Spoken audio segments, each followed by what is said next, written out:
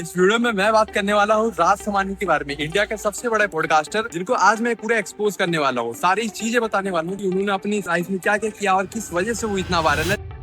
Imagine करो, India का सबसे बड़े पॉडकास्टर बनने से पहले तुम्हारे पास 200 करोड़ का बिजनेस हो। कैसा लगेगा तुम्हें ये जान के? मैं बात कर रहा हूँ राज समानी की। राज समानी ने 200 करोड़ का बिजनेस बनाया था अपने इंडिया के सबसे बड़े पॉडकास्टर होने से पहले। और इतना ही नहीं, उन्होंने बहुत बड़े बड़े लोगों के पॉडकास्ट लिए, जैसे Emmanuel Macron, Vijay Mallya, Bill Gates और काफी सारे बड़े बड़े लोगों के पॉडकास्ट लिए उन्होंने। तो राज समानी की इस वीडियो में बात करने वाला हूँ, जिन्होंने इतने सारी चीजें की अपनी लाइफ में और इतने कम एज में। और मैं पूरा एक्सप्लेन करने वाला हूँ कैसे उन्होंने इतना सब कुछ अचीव किया है अपनी लाइफ में, वो भी इतने कम टाइम में। उनके पास अलग अलग बिजनेस है, जैसे उनका यूट्यूब चैनल, उनका सारे इंस्टाग्राम पेजेस, उनका हाउस ऑफ एक्स का बिजनेस और भी काफी सारे बिजनेस है, जैसे समानी इंडस्ट्री जो उनके पापा का बिजनेस है, उसको कैसे ग्रो किया उन्होंने। इस वीडियो में मैं सारी चीजें बताने वाला हूँ और मैं एक्सप्लेन करूंगा कि क्यों राज समानी सारे पॉडकास्टर से अलग है और उनमें ऐसा क्या खास बात है जो उनको बाकी सारे पॉडकास्टर से अलग बनाता है। क्योंकि इंडिया में काफी सारे पॉडकास्टर है, जैसा कि आप जानते होंगे, लेकिन राज समानी ही क्यों इंडिया के सबसे बड़े पॉडकास्टर है। और इंडिया के ही नहीं, वो वर्ल्ड के नंबर 1 पॉडकास्टर बनने का सपना देख रहे हैं और वर्ल्ड के नंबर 26 नंबर पे आ चुके हैं। वो इतने बड़े पॉडकास्टर बनने के बाद में कितना ज्यादा एफर्ट्स लगता होगा। तो इस वीडियो में मैं वही एक्सप्लेन करने वाला हूँ कि राज समानी कैसे इतना बड़े पॉडकास्टर बने और कैसे उन्होंने पॉडकास्ट इंडस्ट्री को पूरा डोमिनेट किया अकेले। तो चलो इस वीडियो को शुरू करते हैं।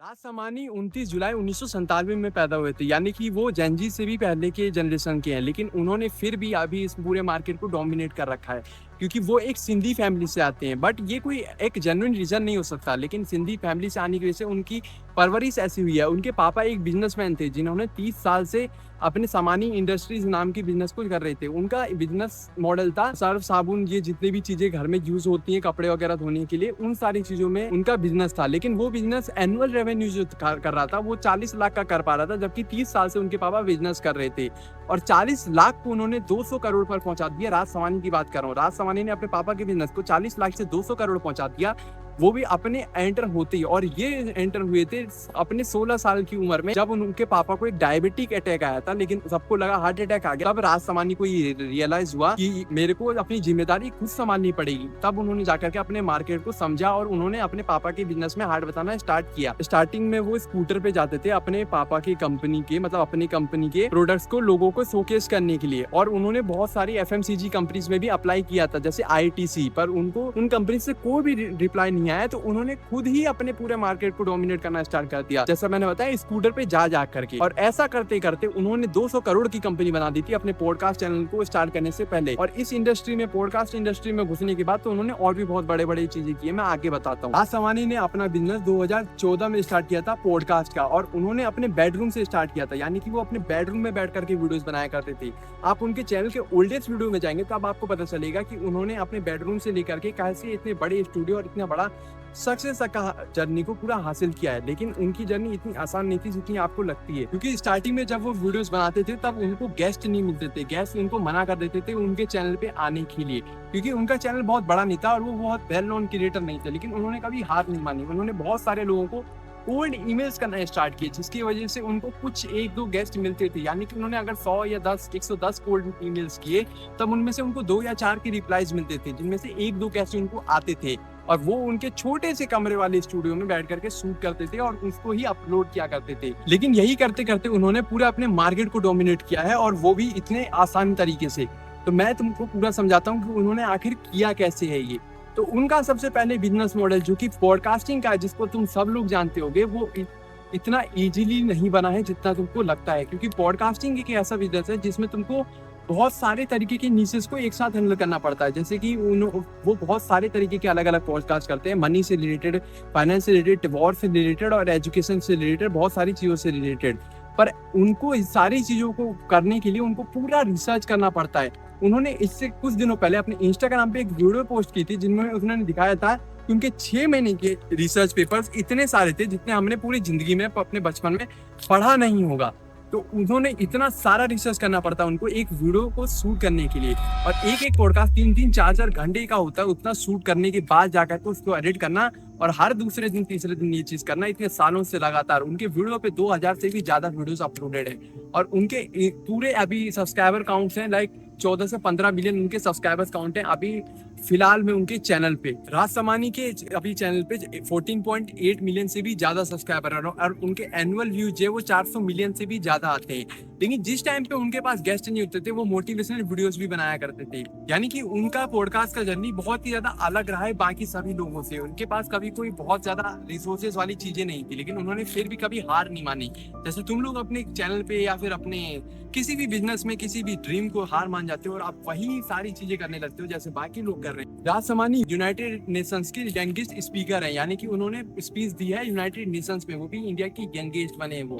और तुम लोग बस इस वीडियो को बैठ के देख रहे हो या उनकी वीडियोस बैठ करके देखते हो, तुमने कभी कुछ क्रिएट किया ही नहीं है। और इसका रीजन ये नहीं है कि तुमको आता नहीं है ये सब या फिर तुम कर नहीं सकते, इसका मेन रीजन ये है कि तुम करना ही नहीं चाहते। और यही सबसे बड़ी चीज है, अगर तुम करना ही नहीं चाहोगे तो तुम कभी चाहे तुमको सारी चीजें ला के दे दिया जाए फिर भी तुम नहीं कर सकते, क्योंकि तुमको इंटरेस्ट ही नहीं है उस काम में। और यही सबसे बड़ा रीजन है कि इतने सारे लोग सोचते हैं कि हम ये करेंगे वो करेंगे, पर वो कभी कर नहीं पाते। राज समानी आखिर इतने ज्यादा फेमस क्यों और वो इतने सारे पॉडकास्टर से अलग क्यों है, ये चीज मैं तुम्हें एक्सप्लेन करता हूँ। तुमने कभी राज समानी की वीडियो को नोटिस किया होगा, राज समानी की वीडियो के स्टार्टिंग के 1 मिनट में वो पूरा वीडियो का कॉन्टेक्स्ट दे देते हैं कि इस वीडियो में क्या होने वाले, कैसी बातें होने वाली है। और लेकिन वो उनके पॉडकास्ट के स्टार्टिंग के 1 घंटे के बीच के ही क्लिप्स होते हैं, वो आगे के नहीं होते हैं, ताकि बंदे को डोपामिन मिलता रहे। और ये उनके एडिटिंग ट्रिक्स हैं।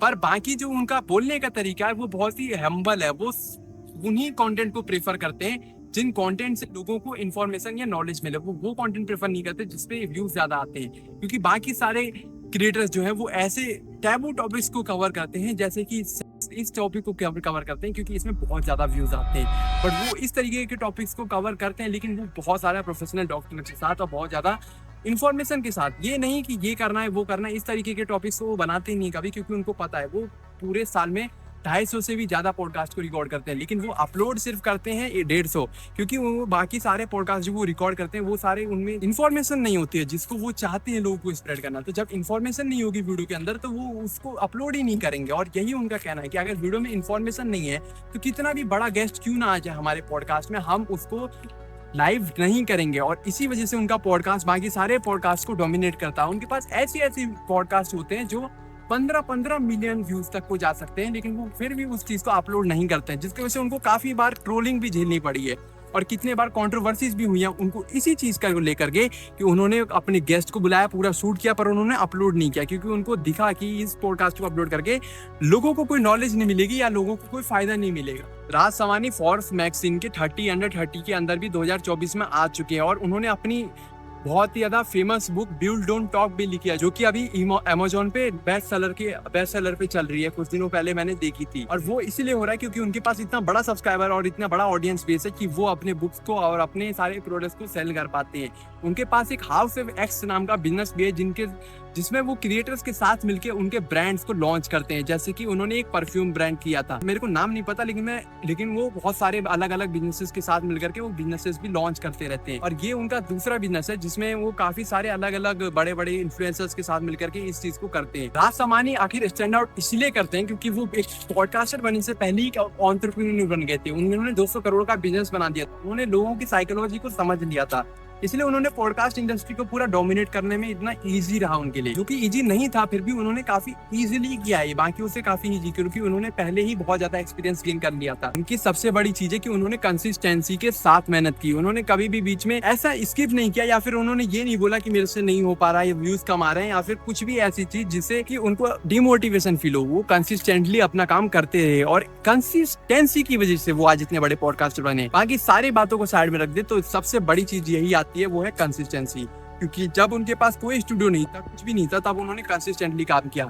आज उनके पास स्टूडियो में 50 से भी ज्यादा प्रोफेशनल्स काम करते हैं, जो कि उनके लिए सारी वीडियोस को एडिट करते हैं, सारा प्रोडक्शन संभालते हैं और सारी चीजें करते हैं। पर जब उनके पास कुछ भी नहीं था फिर भी उन्होंने अपना काम कंसिस्टेंटली किया था। राज समानी ने पूरे पॉडकास्ट इंडस्ट्री को डोमिनेट नहीं किया। उन्होंने अपने बाल्टियों में ले आकर के जादूगर डिटर्जेंट को बेचने से लेकर के इंडिया के वर्ल्ड के बड़े पॉडकास्टर्स बनने तक का सफर ऐसे ही नहीं तय किया, उन्होंने मेहनत से तय किया है। और तुम भी ये कर सकते हो, अगर तुम अपनी लाइफ में मेहनत करोगे तो तुम भी उनके जैसा या किसी की भी जैसा बन सकते हो। मैं सारी वीडियोस में अपने बोलता हूँ और इस वीडियो में भी बोल रहा हूँ कि तुम कभी भी कुछ भी बन सकते हो, कोई तुमको नहीं रोक सकता। सिर्फ तुम हो जिसने अपने आप को रोका हुआ है कुछ भी बहुत बड़ा करने से। तो इस वीडियो का बनाने का मेरा मेन मकसद ये था कि मैं राज समानी के थ्रू तुमको ये समझा पाऊँ कि अगर राज समानी या और भी बहुत बड़े बड़े क्रिएटर्स जिनके बारे में वीडियो बनाने वाला हूँ, उनको देख करके तुम इंस्पायर हो और तुम अपने काम को करो। और इस वीडियो को मैं हम यहीं पे एंड करता हूँ। मिलते हैं किसी नेक्स्ट वीडियो में, और मेरे को कमेंट सेक्शन में जाकर के बता देना कि तुमको नेक्स्ट वीडियो किसके ऊपर चाहिए। मैं उसके ऊपर रिसर्च करके उसके ऊपर वीडियो बनाऊंगा। और मैं तुमको मोटिवेट करना कभी बंद नहीं करूंगा, क्योंकि इंस्पिरेशन मिलते रहने से तुम हमेशा इंस्पायर होते रहोगे तो, और तुम अपने काम को करते रहोगे। क्योंकि हमको कोई पीछे से मोटिवेट करने वाला या कोई साथ देने वाला या कोई ऐसा बंदा चाहिए होता है जो बोले कि हाँ भाई तू कर, मैं तेरे साथ हूँ। तो वो मैं बंदा हूँ जो तुम्हारे साथ खड़ा है। तुम अपने काम को करते रहो, मैं तुम्हारी हमेशा हेल्प करते रहूंगा। कमेंट सेक्शन में लिख देना। मिलते किसी नेक्स्ट वीडियो में, तब तक के लिए हरे कृष्ण।